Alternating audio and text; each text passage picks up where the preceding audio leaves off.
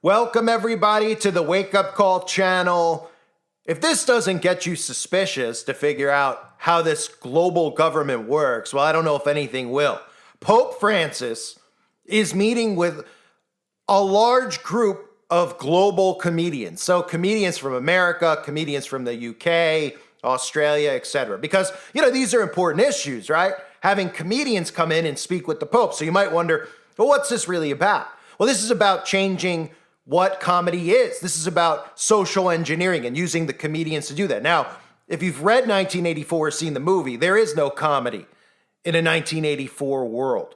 There is no comedy anymore because it's offensive. And you may have noticed around you how people are trying to cancel comedians, right? The border, the wall between, well, what's a joke and what's not a joke is being removed, of course, which again is about behavioral control and speech control. And we know that people can use comedy as a way to say, look, I'm just cracking a joke about it. I'm a comedian. They don't want that because then people like me and you could start, and we've tried. We could say, hey, it's a satire.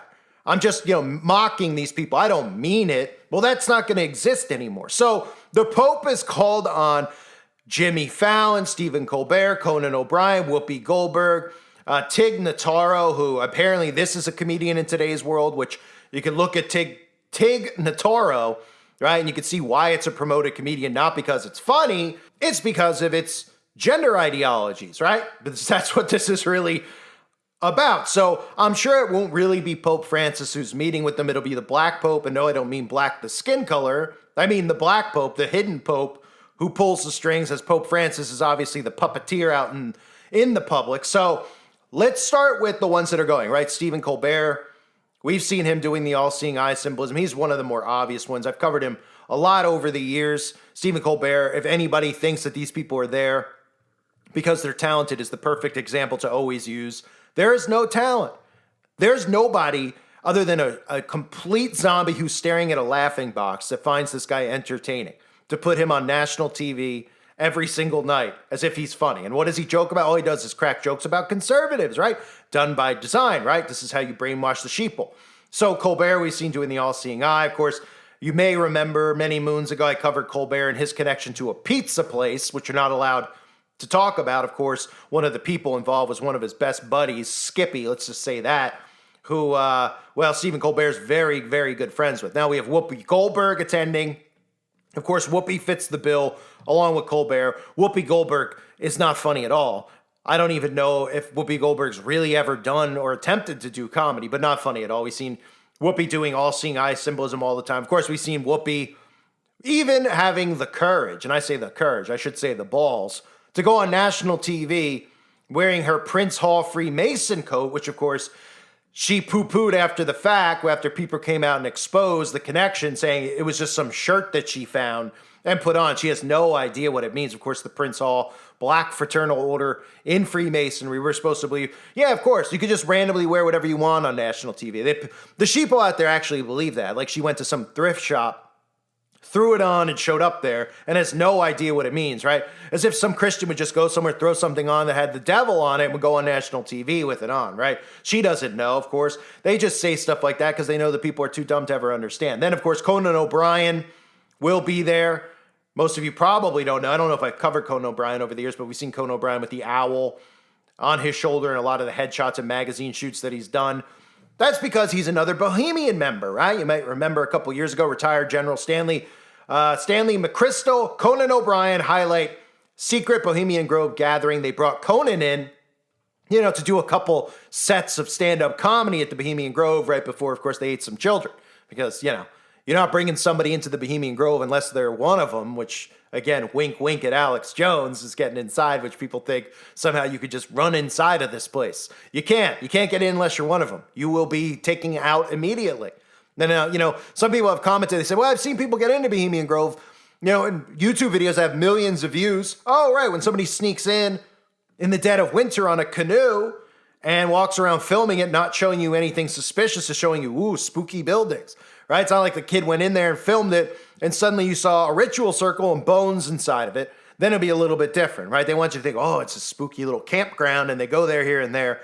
It's all controlled, okay? If I walked up to Bohemian Grove today and I tried to get inside, I get sniped. Let's be real. I walked up there, that's what would happen to me. And if I didn't get sniped on the property, I get sniped in the night. Okay, I'd have myself an accident. So Conan O'Brien, Bohemian member, of course, Conan always doing the shh symbolism right out in plain sight. Of course, the secret brotherhood that he's referring to is Freemasonry and the secret societies that he's a part of. Jim Gaffigan's another comedian who's going to be there, who's, I've heard, videos, and I've seen, read some things where people have said that he's actually the current high-ranking priest in Hollywood. All right, Jim Carrey was at one point. That moved on. I think Paul Mitchell was one at one point in another state. They're high-ranking priests and priestess in satanic covens in these locations. And in Hollywood, it was believed that it was most recently Martin Scorsese, and now I've heard that it's supposedly Jim Gaffigan, who is out in the open, very popular comedian. I believe he was just I covered it at some award show where he was mocking the whole thing that happens with children on that island. So Jimmy Fallon, of course, we've seen him doing the Masonic stuff all the time. And he's another guy who is not funny at all, who, is on national television, supposedly supposed to be funny. And of course, another guy who's going to be at this meeting is Reverend James Martin, an influential Jesuit priest. So they put it out in plain sight, your Jesuit order, of course, of the New World Order. And he happens to be a very prominent preacher who is doing everything he can to lukewarm his church, because he's probably likely not a real Christian, who is trying to merge, of course, the LGBT community with the church. So you might be saying, well, what are they all meeting for? Now that you've told us that these are all obvious government agents, they're meeting to talk, and I'll read the articles to you, about comedy and the field of humor, because they're about to change it. I guarantee you some of the stuff they'll start talking about is what they can and cannot talk about, what they can and cannot joke about. No more jokes. Now, not that they do it anymore with the LGBT stuff, but how they're going to start gearing their comedy and be more sensitive, right? So comedy suddenly is not comedy anymore, which these people that I'm mentioning are not funny in the first place, right?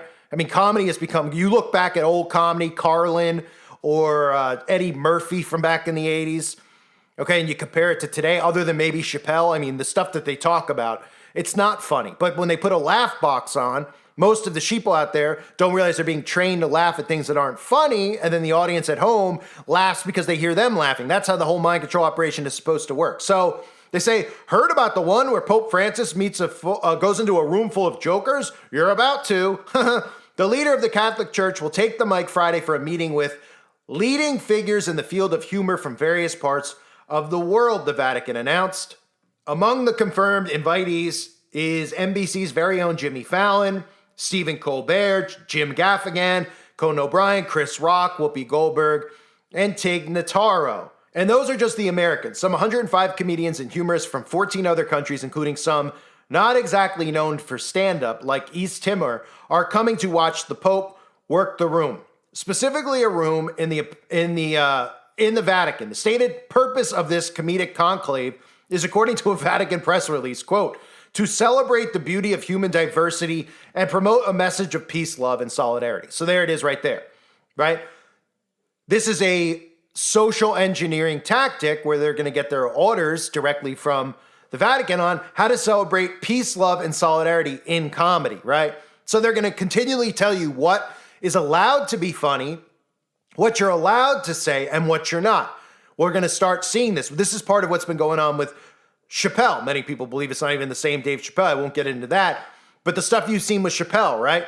Chappelle talking about the trans and this and that. Should he be able to talk about it?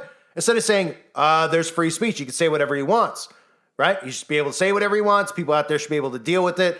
If it hurts their feelings, tough. Sticks and stones may break my bones. Well, that doesn't exist anymore. So part of the stuff you've been seeing with him has been about changing comedy. What's right? What's wrong? Who could say this? Who could say that? Do comedy while celebrating diversity and promoting a message of peace, love, and solidarity. So, in other words, most comedy that most people find funny will not be allowed anymore. And they won't tell you, hey, we're banning comedy. They're just going to say, well, comedians have changed with the times of peace, love, and this is what's funny now. So you better find it funny, okay? And if you try to crack jokes about this other stuff, you will be canceled and imprisoned, because even if people are laughing at it, we're not allowing it to be funny because it's hateful. That's what they're telling you. And you're going to be forced into laughing, even though no one will laugh except some of these, libs out there who, walk around with blue hair and these lib glasses, who really are just living in an alternate universe. who find the most dorky stuff possible funny, that's what they want to be funny. It's a dystopian society. And again, 1984, there is no comedy. You're not allowed to laugh unless they tell you it's something you can laugh at. You can't go outside the box. A comedy is something that has been this borderline thing with free speech, has it not? People are like, well, he's just joking, so he can say it. Well, they don't want that. That has to be removed. That's why they're meeting at the Vatican, okay? To remove certain comedy, to tell the comedians, don't even put this in your act, tell the other comedians at home, because of course, every single comedian on earth can't show up here, but these people can set the precedent. Then they can go back and report to their local lodges, not lodges, but their local, secret societies, the other comedians they hang out with. These are the orders from the Vatican. This is what we can and cannot say. This is what we can and cannot talk about. This is the shift that we have to make, okay? They'll probably do another big publicity thing with someone like Chappelle, and they'll say, well, his comedy act led to more people hurting themselves or this or that. Those will be the false flags that come of it. And they'll say, look, we can't crack jokes about this stuff anymore. That's what's coming. Because if we follow the blueprint that they're using in 1984, which is what they're using, there ain't gonna be no comedy, because that gives people an out to say how they feel, to crack jokes about things you're not gonna be allowed to talk about. This is behavioral control 101. So peace, love, and solidarity kind of ties in with everything we hear at the New World Order. And of course, what are we also gonna hear, right? Peace, love, and solidarity. Who's gonna come in the name of peace and love? Oh, the Antichrist is. The deceptions are coming in the name of peace and love. That's what you're seeing right now. So the Pope, they say, quote, as far as I know, it would be an audience with the Pope where he speaks about humor to them. That was, again, according to Reverend James Martin, the influential Jesuit. That will be followed, Martin wrote, by some individual FaceTime with the Pope and a news conference. So the Pope will meet with these people directly, probably the Black Pope. They go on to brag about Martin, who runs an outreach ministry for the LGBTQ Catholics. Said he got an invitation because he's the author of a book called Faith and Funniness, which I guarantee is not funny at all. Between Heaven and Mirth, Why Joy, Humor, and Laughter Are the Heart of Spiritual Life, right? Yeah, humor and joy and laughter is very important. But to them, they know that. They have to tell you what is funny now. What is allowed to be funny, what's not allowed to be funny. They're going to give you the blueprint of what comedy is, right? You can't look at it a broad stroke anymore. You can't think this random thing over here is funny because it's offensive. So now they're going to tell you, yes, we all need laughter, but we're going to tell you what you can and cannot laugh at. So the gathering was organized by the Vatican. Last year, they put it together. 200 prominent artists with the Pope met at the Sistine Chapel. The biggest contingent of comedians for Friday's event are locals from Italy, who number 67 according to the Vatican. There will also be one stand-up comedian from the Pope's native Argentina, someone by the name of Melina Gunsberg. Probably got a big old nose. The other yucksters are from Brazil, Colombia, France, Germany, Ireland, Mexico, Poland, Portugal, Spain, Switzerland, and the United Kingdom. Again, this is what we're headed towards. So if you haven't been paying attention to that, as far as comedy, as far as the stuff I mentioned with Chappelle, pay attention to it, because this is going to filter down to all of us. We can look at it and say, well, now they're going to, whatever, I don't like any of these celebrities anymore anyway, right? But there's this kind of this fine line. Can somebody go on stage and say something offensive? Yeah, they can, right? How many people out there have been debating about the comedians? It's all done by design, by the Chappelle story. Chappelle went out, talked about Synagogue of Satan, talked about the trans stuff, cracked jokes about it. One side thought it was hilarious. What did the other side think? Time to cancel him. We hate him. Put him in jail, most of them were saying. That's how insane and unhinged they are, where they're so weak as human beings that speech hurts their feelings so much so that they want people in prison, which shows you a pathetic society that we're living in, where none of these people could defend themselves, and they call on Big Brother to do it. Meanwhile, Big Brother is baiting them into all of this because Big Brother wants all this stuff in place, and then Big Brother is going to turn around and pretty much curb stomp all these people that are putting these laws and things in place for them. So they don't see it coming because, again, we're talking about naive narcissists, so you can't expect them to see it coming. But it is coming. So all of these people who are going there, okay, from Whoopi Goldberg to Stephen Colbert to Conan O'Brien, okay, these are all members of secret societies who are placed in the positions they're in, right? Now they're being told, look, we're getting closer and closer to the end here of the establishment of this New World Order. Now, even though you've been doing different comedy in the past, this is what you're going to do, okay? And when people crack this other type of comedy, you're going to condemn them on national TV, start talking to your audiences about comedy, the fine line between free speech and comedy and art, quote, quote, and what's right and hateful. And that's what you'll start hearing them talk about. I guarantee you.